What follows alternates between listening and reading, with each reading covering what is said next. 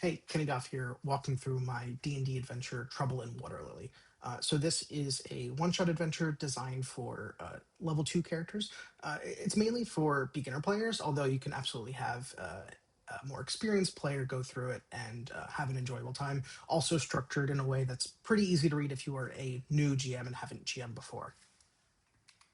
So the story takes place in the village of Waterlily. It is a primarily halfling village. It's on the edge of a forest called the Everlong Wood.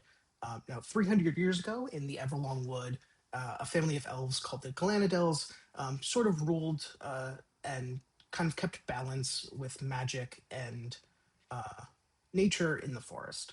Um, they've since died, and their tomb for the family, including their main sibling rulers, uh, still lies in the forest.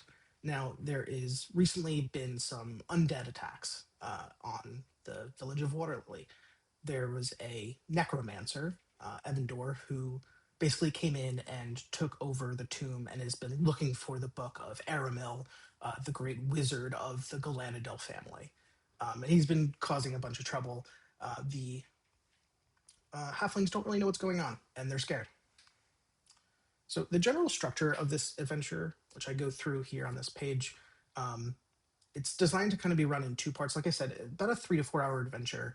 The first half should be spent in Waterlily as well as exploring Everlong Wood. There are that should be roughly half the session.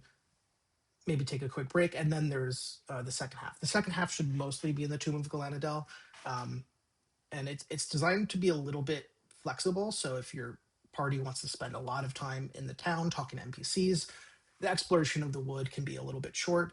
I would definitely expect the tomb to take about an hour and a half.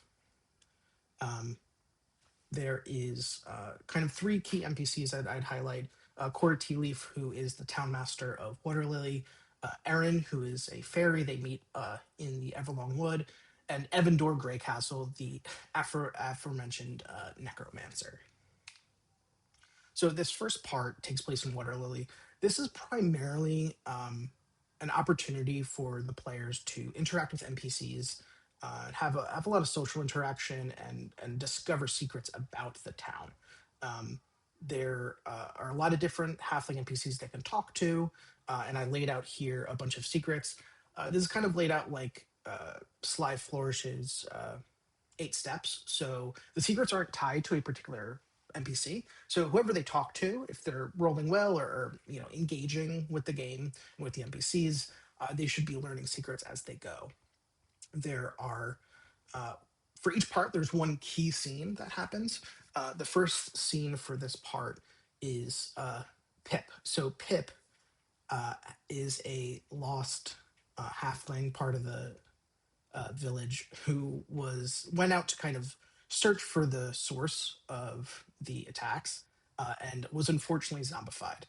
So at some point during this journey, as the players are talking to the characters, I recommend when they talk to Milo, Pip will attack, and this will be the kind of first main combat. The first part is mostly social interaction. This is the kind of only main combat of the entire this section. After they discover what's going on, they'll eventually head into Everlong Wood. This part is also less combat heavy in the beginning, and then there's a bit of combat at the end. As they kind of go through the woods, they are realize that they have been kind of going in circles. And it turns out that this fey trickster Boggle has been kind of putting a spell on them, and they have to get through his spell by answering his riddles. They can also attack him, but he doesn't really fight. He'll send them into a violet fungus if they try to fight him. And then towards the end of the wood, they reach the entrance to the tomb, and this is where they meet Erin, the fairy. She's kind of hiding because there are a bunch of skeletons that were awakened by Evandor, who are like guarding the entrance to the tomb. After they fight the skeletons and make their way into the tomb, you'll see here at the end. I'll skip forward a bit to the map. I have a map here in the end of the adventure This is the tomb. This is like I said, this is the second half of the adventure where they'll spend most of their time. So this tomb highlights the family of the Galanadel elves. When they walk through here, there's a few things to note. There is moonlight that, if it shines, will highlight secret words or secret areas. The characters will discover this naturally through holes in the ceiling, shining moonlight. But they can also find an important note. Kaylin, the sister sibling of the Galanadel two siblings, Aramel's sister, she has a sword that in darkness shines true moonlight. So if they find this sword, not only can they use it for combat, but they can use it to discover other secrets. If they're find anything or use moonlight creatively, basically just reward them with I have a treasure table um, with a few things that they could find kind of hidden throughout the tomb. And then, so back in the tomb, they enter, and there's this large moon, phases of the moon kind of carved into the ground with secret writing on it. And again, moonlight will shine through, so they will basically get a quick glimpse at like what's possible. Um, and how to find secrets with moonlight. Um, they kind of make their way through and find a few family libraries and some deeper information. If they explore there, there's some places where you can insert, you know, background on this family. But if they continue forward, um, they will make their way to the main crypts here in Area 5. And this splits then into the two main crypts, Aramel's crypt and Kaelin's crypt, the two Galanadel siblings.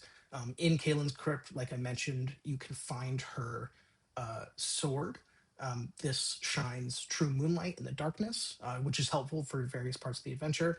And then in Aramel's crypt, you will find Evandur Greycastle, who is a novice necromancer. I have this stat block here in the appendix for monsters. Um, he, when attacked, will immediately cast mage armor and summon some skeletons. He will also have two companion cultists if you have like 4 to 5 players. If you have 2 to 3 players, I wouldn't recommend adding the cultists. It's already going to be a tough fight with the necromancer and two skeletons that he summons. And then finally, if they are able to successfully defeat Evandor, they can restore balance to the forest and get a reward from Cora. And I have a little bit of a hook for potential new adventures. This could be set in any setting, any fantasy setting, but I have a little bit of a placeholder here for a place called Rockhand City that they are heading to. Um, if you want to continue the adventure. Thanks so much for listening, and I hope you check it out. Uh, Thanks.